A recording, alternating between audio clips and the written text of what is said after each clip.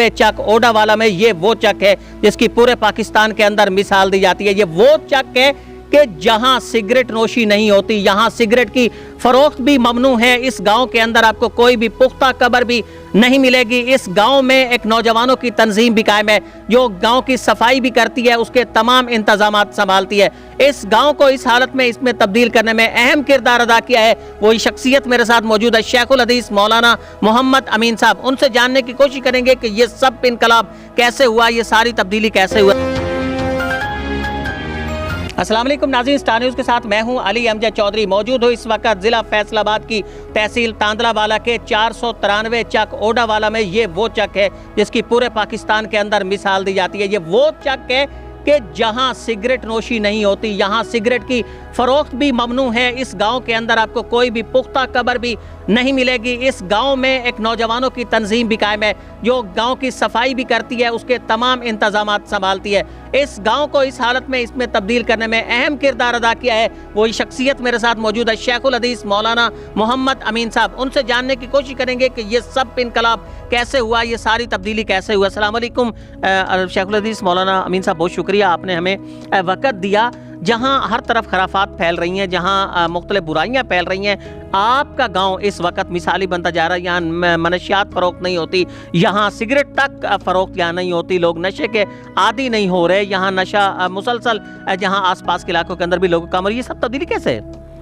दरअसल जब लोगों के सामने सही दीन पेश किया जाए तो फिर लोगों में ये तब्दीली खामखा आएगी। आजकल ख़राबी असल में ये है, बल्कि मैं कहूँगा अहले इल्म में ये ख़राबी हो गई है कि वो दीन के नाम पर ख़ुद ऐसी खुराफात पेश करते हैं और दीन का नाम लेकर झूठे सच्चे किस्से बयान करते हैं जिनका दीन से कोई ताल्लुक़ नहीं होता है। अगर लोगों को सही दीनी तालीम दी जाए, सिर्फ़ कुरान मजीद और हदीस इन दोनों के दरस दिए जाएं, तो खामखा ये इनकलाब पैदा हो सकता है। इस गांव में ही नहीं, हर गांव में ऐसे हो सकता है। ये हर गांव के अंदर झगड़े भी होते हैं, फसाद भी होते हैं, फ़िरका वाराना फसाद भी होते हैं, बड़े बड़े फसादात होते हैं, लेकिन वहाँ उलमा का किरदार देखने में नहीं आता।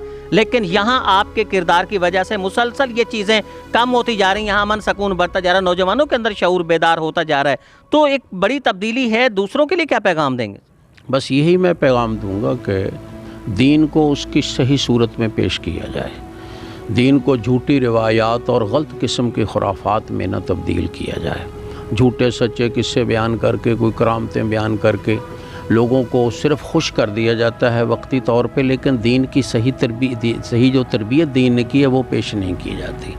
मौलाना साहब, जब आपने ये काम सब किए होंगे, नौजवानों को सिगरेट से रोका होगा, दुकानदारों को आपने सिगरेट की फ़रोख्त से रोका होगा, कब्रों के बनाने से रोका होगा, तो लाजमी तौर पर मुज़ाहमत कभी सामने आई आपके? हाँ, कोई इतनी बड़ी मुज़ाहमत नहीं आई। लोगों का सिर्फ अखलाकी दबाव और कोई नहीं, किसी ने लड़ाई झगड़ा किया, वो सिर्फ अखलाकी दबाव है। अखलाकी दबाव की वजह से यहाँ सब काम हो रहे हैं। मसलन इस गांव में अगर आप गली में जाएंगे, दुकानों पे जाएंगे, कोई वहाँ आपको मौसीकी नहीं सुनाई देगी, किसी जगह कोई ऊंची ऊंची आवाज़ से मौसीकी लगी हो, बल्कि सुकून की फ़ज़ा होगी। बल्कि हमारे गांव में जब कोई दाखिल होता है उस वक्त वो अपनी ज़ाती गाड़ी पर भी हो तो वो मौसीकी बंद कर देता है। गांव से निकलकर फिर आगे चलाए या ना चलाए ये उसका मसला है।